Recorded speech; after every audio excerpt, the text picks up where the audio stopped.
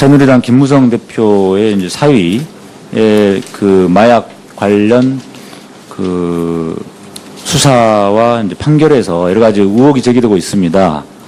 근데 이제 이 사건을 보면 초범이라는 것만 이제 강조가 되고 있는 경향이 있는데, 초범일 경우에는 물론 집행유예가 이제 가능하죠. 그런데 문제는 이제 횟수가 15차례에 걸쳐서 있다라는 것이고요. 그 15차례가 2011년 12월부터 2014년 6월까지 2년 6개월에 걸쳐서 굉장히 광범위하게 이루어지고 있습니다. 그 다음에 종류가 코카인, 필로폰, 엑스터시, 스파이스, 대마초 5가지나 되거든요. 그래서 이거는 단순한 마약 사범이 아니고 상습 마약이 아니냐. 상습성이 인정된다고 하면은 이거는 간단한 그 범죄는 아닌 것이죠. 집행유예로 쉽게 표현할 수 있는 내용은 아니다. 그래서 마치 이제 장관님께서는 검사가 뭐 범위 내에서 적절하게 뭐 집행유예 충분히 할 수 있는 사안이라고 이야기하시는데, 그렇게 보기 어려운 좀 의혹들이 좀 있습니다. 그 다음에 또 한 가지가 문제가 이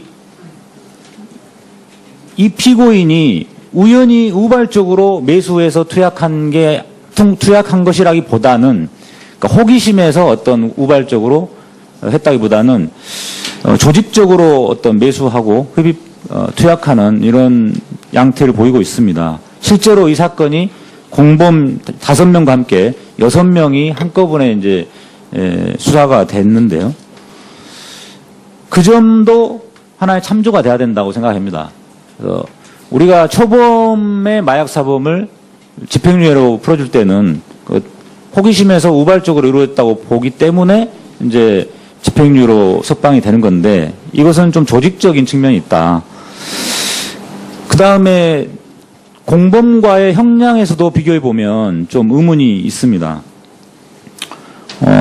김모 해가지고 코카인, 필로폰, 엑스터시 3가지를 매수해서 2회 투약한 사람이 있어요. 이 사람이 공범으로 기소가 됐는데, 이 사람은 징역 2년 6월에 집행유예 3년을 받았습니다. 그러면 종류도 피고인은 2가지가 더 많고 횟수도 2차례와 15차례는 엄청난 차이가 있지 않습니까? 근데도 여기는 징역 3년에 집행유예 4년, 1년 차이예요. 이것을 어떻게 또 비슷하게 볼 수가 있느냐? 이 두 공범에 대해서 두 사람 다 초범입니다. 다 자백했고. 네. 그래서 이 문제, 이 2가지, 그러니까 3가지죠. 상습성이 인정되는 부분이 있다. 그 다음에 조직적인 측면이 있다. 그 다음에 공범과의 처벌에서의 형평성. 이 3가지를 비춰보면 이 피고인에 대해서는 형량이 좀 굉장히 낮다. 그야말로 봐주기 판결, 봐주기 구형한 것이 보입니다. 그 다음에 이제 구형량을 정하면서도 좀 의문이 제기되고 있습니다. 왜냐하면 판결문에 보면 분명히 양형 기준이 4년에서 9년 6개월이라고 돼 있어요. 그런데 판사가 판결을 하면서 스스로 양형 기준을 이탈해서 하한인 4년을 이탈해서 3년을 선고하겠다. 그리고 거기에다가 또 집행유예를 선고합니다. 그러니까 결국은 이 양형 기준을 두 단계를 이탈하는 셈입니다. 양형 기준 4년에서 이탈해서 3년을 만약에 실형을 선고했다면 좀 다른 문제죠. 그러면 좀 다른 문제인데, 실형 선고가 아닌 집행유예를 선고했단 말이에요. 그러면 이거는 양형 기준을 현저히 이탈한 겁니다. 그러니까 법원에서도 사실 봐주기 판결한 건데, 더 큰 문제는 검찰에서 이 구형량을 정할 때도 봐주기 구형량을 정했어요. 검찰에서 2년 6월에서 6년 6월 이렇게 양형 기준, 구형량 기준을 정했죠. 장관님, 맞습니까? 네, 그 범위 내에서 정한 것으로 알고 있습니다. 그렇죠. 그런데 법원에서 판결문에 나와 있는 양형 기준은 4년에서 9년 6월 구간이에요.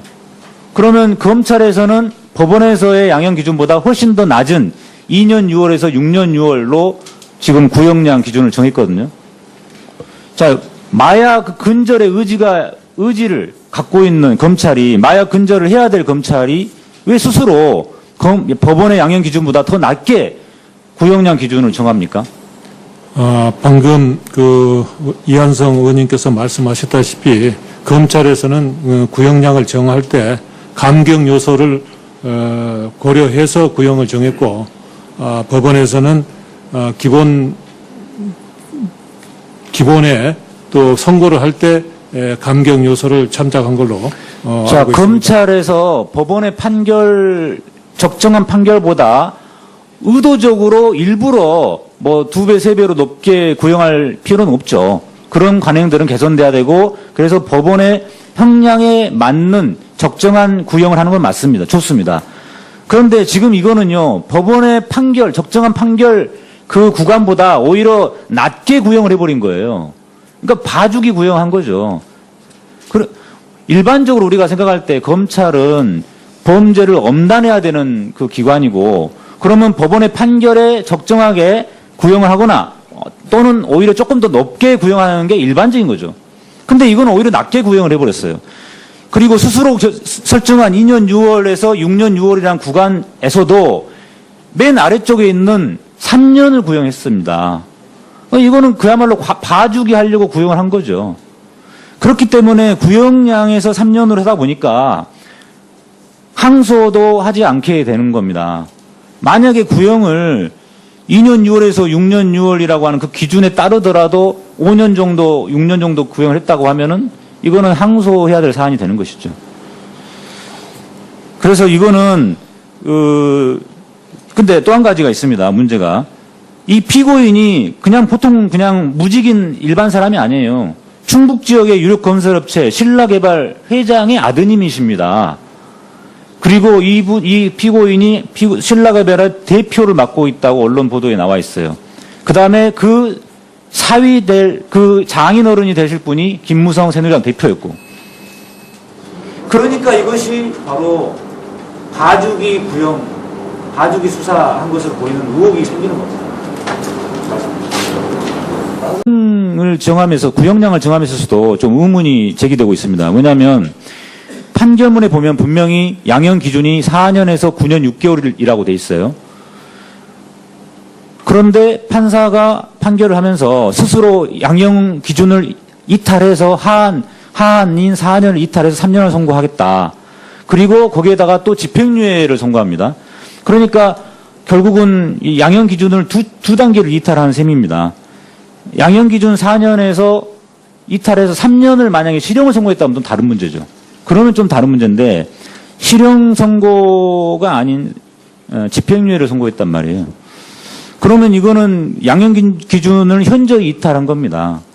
그러니까 법원에서도 사실 봐주기 판결한 건데 더 큰 문제는 검찰에서 이 구형량을 정할 때도 봐주기 구형량을 정했어요. 검찰에서 2년 6월에서 6년 6월 이렇게 양형 기준, 구형량 기준을 정했죠. 장관님, 맞습니까? 네, 그 범위 내에서 정한 것으로 알고 있습니다. 그렇죠. 그런데 법원에 있습니다. 김모 해가지고, 코카인, 필로폰, 엑스터시 3가지를 매수해서 2회 투약한 사람이 있어요. 이 사람이 공범으로 기소가 됐는데, 이 사람은 징역 2년 6월에 집행유예 3년을 받았습니다. 그러면, 종류도 피고인은 2가지가 더 많고, 횟수도 2차례와 15차례는 엄청난 차이가 있지 않습니까? 근데도 여기는 징역 3년에 집행유예 4년, 1년 차이예요. 이것을 어떻게 또 비슷하게 볼 수가 있느냐. 이 이 두 공범에 대해서. 두 사람 다 초범입니다. 다 자백했고. 네. 그래서 이 문제, 이 2가지, 그러니까 3가지죠. 상습성이 인정되는 부분이 있다. 그 다음에 조직적인 측면이 있다. 그 다음에 공범과의 처벌에서의 형평성. 이 3가지를 비춰보면 이 피고인에 대해서는 형량이 좀 굉장히 낮다. 그야말로 봐주기 판결, 봐주기 구형한 것이 보입니다. 그 다음에 이제 구형에서 판결문에 나와 있는 양형 기준은 4년에서 9년 6월 구간이에요. 그러면 검찰에서는 법원에서의 양형 기준보다 훨씬 더 낮은 2년 6월에서 6년 6월로 지금 구형량 기준을 정했거든요. 자, 마약 근절의 의지를 갖고 있는 검찰이, 마약 근절을 해야 될 검찰이 왜 스스로 법원의 양형 기준보다 더 낮게 구형량 기준을 정합니까? 방금 이한성 의원님께서 말씀하셨다시피 검찰에서는 구형량을 정할 때 감경 요소를 고려해서 구형을 정했고 법원에서는 기본에 또 선고를 할 때 감경 요소를 참작한 걸로 자, 알고 있습니다. 검찰에서 법원의 적정한 판결보다 의도적으로 일부러 뭐 2배, 3배로 높게 구형할 필요는 없죠. 그런 관행들은 개선돼야 되고, 그래서 법원의 형량에 맞는 적정한 구형을 하는 건 맞습니다. 좋습니다. 새누리당 김무성 대표의 이제 사위의 마약 관련 수사와 이제 판결에서 여러 가지 의혹이 제기되고 있습니다. 근데 이제 이 사건을 보면 초범이라는 것만 이제 강조가 되고 있는 경향이 있는데, 초범일 경우에는 물론 집행유예가 이제 가능하죠. 그런데 문제는 이제 횟수가 15차례에 걸쳐서 있다라는 것이고요. 그 15차례가 2011년 12월부터 2014년 6월까지 2년 6개월에 걸쳐서 굉장히 광범위하게 이루어지고 있습니다. 그 다음에 종류가 코카인, 필로폰, 엑스터시, 스파이스, 대마초 5가지나 되거든요. 그래서 이거는 단순한 마약 사범이 아니고 상습 마약이 아니냐. 상습성이 인정된다고 하면은 이거는 간단한 범죄는 아닌 것이죠. 집행유예로 쉽게 표현할 수 있는 내용은 아니다. 그래서 마치 이제 장관님께서는 검사가 뭐 범위 내에서 적절하게 집행유예 충분히 할 수 있는 사안이라고 이야기하시는데, 그렇게 보기 어려운 좀 의혹들이 좀 있습니다. 그 다음에 또 한 가지가 문제가 이 피고인이 우연히 우발적으로 매수해서 투약한 것이라기보다는, 그러니까 호기심에서 어떤 우발적으로 했다기보다는 조직적으로 어떤 매수하고 투약하는 이런 양태를 보이고 있습니다. 실제로 이 사건이 공범 5명과 함께 6명이 한꺼번에 이제 수사가 됐는데요. 그 점도 하나의 참조가 돼야 된다고 생각합니다.